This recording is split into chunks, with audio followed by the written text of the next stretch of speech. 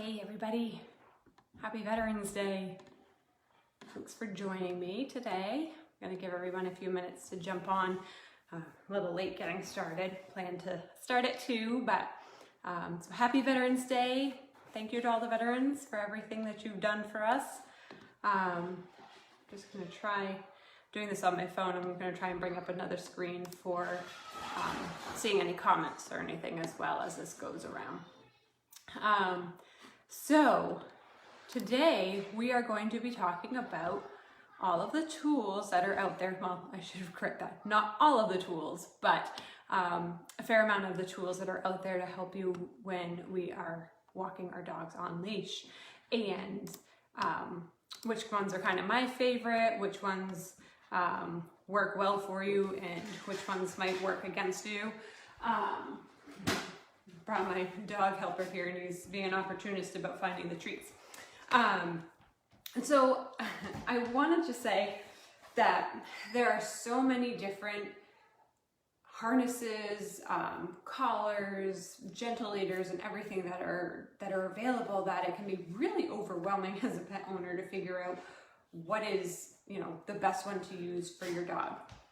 So I'm going to show you what I have acquired over the time, why I like some of them better than others, even show you how they go on a dog, whether it's my decoy stuffed dog or the real dog. And we'll kind of just get started with that. So to begin, why I like a harness is, especially in the early stages when your dog is pulling a lot, you really want to take that pressure off their neck. There's their trachea, everything is right there, very similar to the layout of our own necks and throat. And when you put a collar on and your dog pulls, they're putting so much pressure on that area that if they pull for their whole life and we never get around to teaching them to walk nicely on leash, then we run that risk of causing some long-term damage. So harnesses are great to help prevent that while you're working on the leash walking. And then if you have little dogs or a dog that doesn't pull quite so bad, then you can kind of use a harness just to get you by for those moments when your dog might pull a little bit or not. But I like harnesses because there are so many different varieties. It's kind of fashionable for your dog. And then with harnesses, they disperse the pressure over across their chest, a larger part of their body, which helps reduce that strain and issues for the neck and the back. So now there are harnesses that help reduce the pulling, so that if you have a really strong puller, sometimes a harness is really the way to go, because there are ones that help prevent the pulling. And then also too, because if they are a puller, we want to get that pressure off that neck. When they're on a collar and they're pulling, it can often cause them to continue to get really excited and or agitated, depending on what their feelings are about the given situation at that moment. So I'm going to start out very quickly. It's not a harness, but talking about the gentle leader. And I have one in here. And I don't immediately recommend the gentle leaders. They definitely have their place for certain dogs, but a lot of training goes with it. In my experience, when a dog wears a gentle leader, it is a rare day that I see one on a dog that doesn't try to get it off, right? So it loops, doesn't really help that I have a black dog and a black gentle leader, but their nose is supposed to go through here. Trip has never worn one before. We've never even played around with it, which is why I have my decoy dog who will perform better.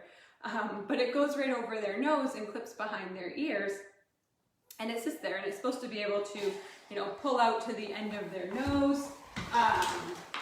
Love my fake dog here. You're supposed to be able to put it on their face like such, and then it buckles up and around their ears. Now, this doesn't even fit for this. You're supposed to be able to pull it out to the end of their nose if it's fitting them properly. Most dogs, they can walk fine when they have it on, but the moment you stop and you're standing still or sitting and waiting at your vet's office, the dog will generally try to get it off. They'll paw at it, they'll rub their nose on the ground, they'll rub it against you, and they're really just trying to get this off. Now, I have recommended it for people who have very, very strong dogs, but again, there is a training process with this. You teach your dog to like wearing it, you teach them to be willing to put their nose through that loop so that they have such a good, they have a good association with it. And then that helps reduce that pawing and trying to get it off later on. So they're great, but generally speaking, when you put a harness on a dog, it goes on and they're ready to go. There's usually no trying to chew it off, bite it off, or anything of that nature. So different harnesses, what do we have? We have so many. Now, this is just a brand from a company called Lupin, and it's not a bad one. It is just the standard, hooks on the back of the dog, takes the pressure away from the neck. But one thing I don't care for about this style, especially if you struggle with getting your dog to wear a harness in that they, rolling around on the ground or trying to bite at you, is that the dog has to step into this harness in order for it to go on. So, can you move out of the way? Over here. So, with this style, I'm gonna turn him in and hook. So, it comes down like so, the dog steps into each place. And each leg hole comes up and hooks on his back. And then there are two other, two little O-rings, hooks here, and then you're good to go. This isn't awful. Again, it's a great option for if you're just looking for a harness to get it off the dog's neck. Lupin has lots of really fun designs as well. Now, I don't use this one. I don't recommend it for someone who has a dog who's pulling because it isn't necessarily going to encourage your dog to pull more. Harnesses don't do that. They will not encourage your dog to pull. Your dog is going to pull regardless of what equipment they have. They're pulling because it has been reinforced, and they're pulling because it is what works, despite being choked with a collar, despite having a harness on or not. So you have to teach your dog to walk nicely on leash. So just because you're putting a harness on a husky or a large breed dog does not mean that they're immediately just going to know that they should pull. Now, there are the front clip harnesses.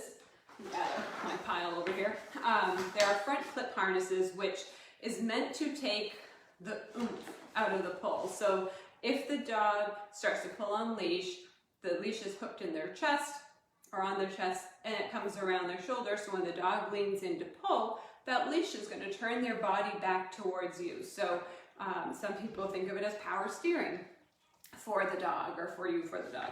So front clip harnesses are going to be ideal when you are looking for a tool to help you with a dog that pulls a lot. Now, this brand here is called the Freedom Harness. And so it has 2 points of connection, which would be at the back of the dog as well as the chest. Now, I like this style because if your dog is comfortable with it, it just slips right over their head. You don't have to worry about them stepping into it, but you do have to be able to bring it up and around and clip the buckle on either side. Okay, so you can hook it here on your dog's back if they're not a really strong puller and it doesn't really bother you, but that might work in places where there's low distraction. But it has the option as well to hook here in the front, which will help reduce that pull. So it's nice to have 2 points of connection. Some people will use a double-ended leash so that it's hooked in both points, which can also help prevent a dog escaping if you can have it hooked in 2 areas. Now, something that's a little less ideal with some of these types of harnesses when you're looking is that you can see that the dog's shoulders blades are here. So this style harness is going to be, it's not really, I mean it will, it has the potential to inhibit the natural movement of the shoulder. So that might be something to take into consideration with your dog, is that we don't want to maybe potentially cause shoulder issues depending on the style and how strong your dog pulls. I personally have never had issues with my dogs having a harness that comes across their shoulders or supposedly inhibits the natural motion of their shoulders, but there's always a first time for everything. So this one is not an awful design. I do like it. Hooks up here. Again, you just unhook the buckles on either side, and then it just slips off over the dog's head and they're free to go. And it has those 2 points of connections. It also has a little bit of a felt lining to help with any sort of chafing. And so that's a bonus. You won't have to create your own sort of lambskin wrap around the bottom to avoid the chafing in the armpits. So this one is the Freedom harness, okay? The next one is more kind of like a hiking harness. This one is from Roughwear, which I do like a lot of their harnesses for hiking with my dogs. So again, another one that clips or slips right on over their head, comes up between their legs, and then you just buckle it in, okay? Now this is another harness that has a back clip, but as well as the front clip. And the front clip on these styles is just kind of a sewn in piece of, I don't even know what you call it, nylon, I suppose, very similar to like a leash material. So it will help with a dog who pulls.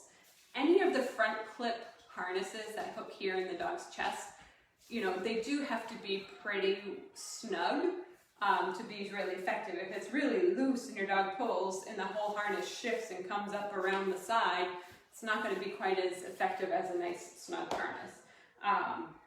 So this is a great option. I've used this for my dog as well. And it's a great one if you like a little bit more meat to your harnesses. Also have lots of different colors available. So there's the harness. So I'm just showing you guys all the different ones. This one, what did that do for the, no, you're not getting in this one. This one does pretty good actually at getting out of the way of the shoulder. So there's natural movement there as well. Now we're getting in, another one of the Roughwear style. So again, I said if you like the meatier ones, I use this one actually for my dog Henry when he had knee surgery and needed assistance kind of getting up and being lifted, because this one comes further down the back, has an actual handle on it, so I would help him get up. Now this one actually only has a buckle on the back, so these again are great options for the dog who's not a very adamant or strong puller, but all of them are good options just if you're looking to get that collar or the leash off their neck. Now this was one that I've used. This is actually my old dog Scout, who's since passed, so this is like a 13-year-old harness. This one is called Sensible. It's very similar to the Easy Walk harness, which is available in most any pet store that you walk into. There is a little bit of a difference, which I'll cover because I can't find my Easy Walk, but this one is really, does not fit my stuffed dog here, is the no pull harness. That is really great. It goes right across the dog's chest, and again, when it's fit nice and snug, there's just this O-ring and it hooks here, and the dog tries to pull, that leash is going to kind of pull it back around. I have had many clients try this on their dog when I'm working with them, just to let them get a feel for the difference of either the back clip harness or just a regular collar. And I usually will try to call the dog to me or toss out a treat for them to feel it. And what happens is, you know, when a dog is really determined to pull, they see a person, they're chasing something that moved, you usually have to take like 2, 3, maybe up to 5 steps before you can stop and get your bearings, because your dog just pulled so suddenly and so strong. But with any of these kind of no pull harnesses, when that dog pulls, you might move 1 foot or you might even just be holding the leash and kind of go, oh, it takes so much of the oomph out of it. So it can help prevent, you know, falling down, getting tripped up, kind of any of that. Now, this one is the style that goes straight across the shoulders, so this might be less desirable to some because it is going to kind of inhibit those motion of the shoulders. Hey, stop hunting your brother. All right, so now my last one and the newest one I've been using, and I did another video about this one already. This is the balance harness, and I've kind of moved on and am sold with this one to a degree because it is, I'm not trying to sell it to anybody on, none of these are affiliated, but it has 6 points of adjustment. So it kind of is one of those harnesses that no matter what your dog's shape is, this is going to work for them, okay? So it has a buckle here. So now if you have a dog that does not like to slip their head through things, you can unbuckle it and hook it on just like you would a collar, all right? And then the other two, so now we have a strap that comes across the back, and then you have the part that's going to go between the legs. So come through the legs, and you're going to come up and just hook the buckles on either side of your dog, okay? Now, this is kind of snug for my big husky beard. So it has adjustments here to make sure it comes down far enough. There are adjustments here so that I can go from the neck, there's my front clip, from the neck to the belly, so I can adjust it as needed so that it goes far enough back. There's an adjustment point on this strap from the neck to the back, so you can really change the distance from the neck strap, from the chest strap, to make it fit. So I put this on a dog the other day, so Trip usually wears this harness. So typical lab structure, he's kind of spindly. And so then I use the same harness and I put it on a bulldog, right? So a bulldog is much shorter, smaller, or not smaller, but in the terms of shortness, than my dog. And it was really kind of funny to do it because it was this chest strap. I had to actually lengthen significantly more because of this bulldog's build. And then you have the adjustment straps here. Now, the other nice thing about this style harness is that it's not right here in the armpits. It's not going to chafe. So you want it to ideally still be on the rib cage. You don't want it to get into the soft belly, but you can adjust that so there is no rubbing when the dog is walking and moving. And where it has just this one stretch, they call this kind of like the Y-shaped harness, there is absolutely nothing of it touching the shoulders. So there is great movement available for your dog. This one also has 2 points of attachment right here on the back and as well on the front. So I've been using with Trip, and fall is a hard time for Trip on leash because he loves to chase leaves that blow. And so I've been using this harness, and it's just as effective as the no pull that I've had for so many years for my dogs. And so why I grow to like this is because of this whole shoulder movement. I liked the back clip harnesses for when I'm hiking with my dogs, when I don't really mind if they are pulling or getting out at the end of the leash. They're usually on a longer line, and so that's where I use the back for it. But I will also switch it to the front if they're getting carried away, or you know, if we're off the trail and now we're in town or something. So there are so many options between the front clip and the ones that are on the back. Scoot forward. Trip's getting excited. So the ones that clip on the front, the ones that clip on the back, at that point it really is going to determine or be determined by you what your preference is for you and for your dog.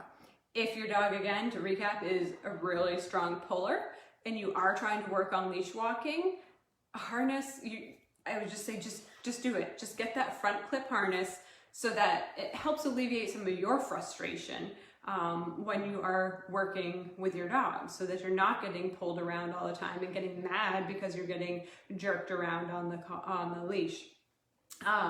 your dog's not a really strong puller, then, you know, hook them on the back of the back clip version of the harness and go on your merry way. It's just so much better than the collar. Now, some smaller breed dogs, when they pull, it's not gonna pull you over, right? It's not super hard, but it's still gonna cause problems and damage to their necks, right? So we want to prevent that. We want to eliminate it. So any version of the harness, the back or the front, is ideal. With smaller dogs, most people, I think you'll see, use the ones that hook on their back because they can still pull. They're not going to pull us over, and that's just what they prefer. So as you can see, I have quite an assortment of harnesses myself, and like I said, they all have kind of their place of when I use them. The rough wear style, like I've mentioned earlier on, I tend to use this one more for hiking with my dog, a little bit of extra padding. The one that I've left on the Husky, the balance harness, is more of my go-to recommendation for people, just because of the ease of adjustment, so that it just fits any dog. This style right here, the one that I've just always used for years, the Sensible No Pull, is great, but there are some dogs that it just does not fit right because of their body conformation. And so that can be really discouraging for owners. Now, I did mention that there's one very similar to this that's in the pet stores, and that one's called the Easy Walk harness. And so what the difference is, let's see if I can find one that has it. So the Easy Walk harness has what's called kind of like a martingale aspect to it. This is not it, but it will serve as a demonstration. So when your dog is wearing it, it is going to clip in the front.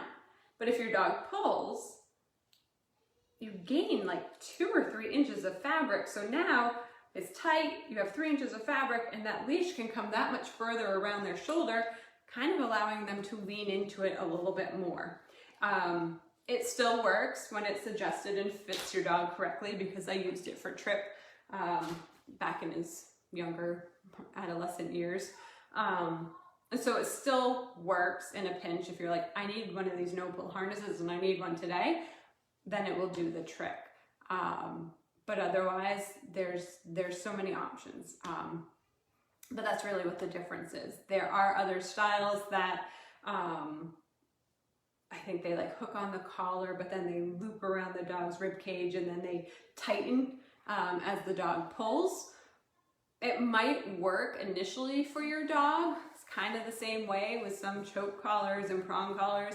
Your dog gets used to that sensation of it tightening, and then it doesn't work as effectively because what used to be tight enough isn't, and so now it goes tighter and tighter, or it reaches a point where it can't tighten anymore, but your dog still doesn't respond to that. So these don't work on any sort of tightening principle, other than the fact that if it clips on the front of the leash or front of the harness, they physically cannot get their weight behind that leash to pull as hard as they normally would on the back clip or on the collar. So it turns them around, kind of turns them towards you, takes that oomph out of there.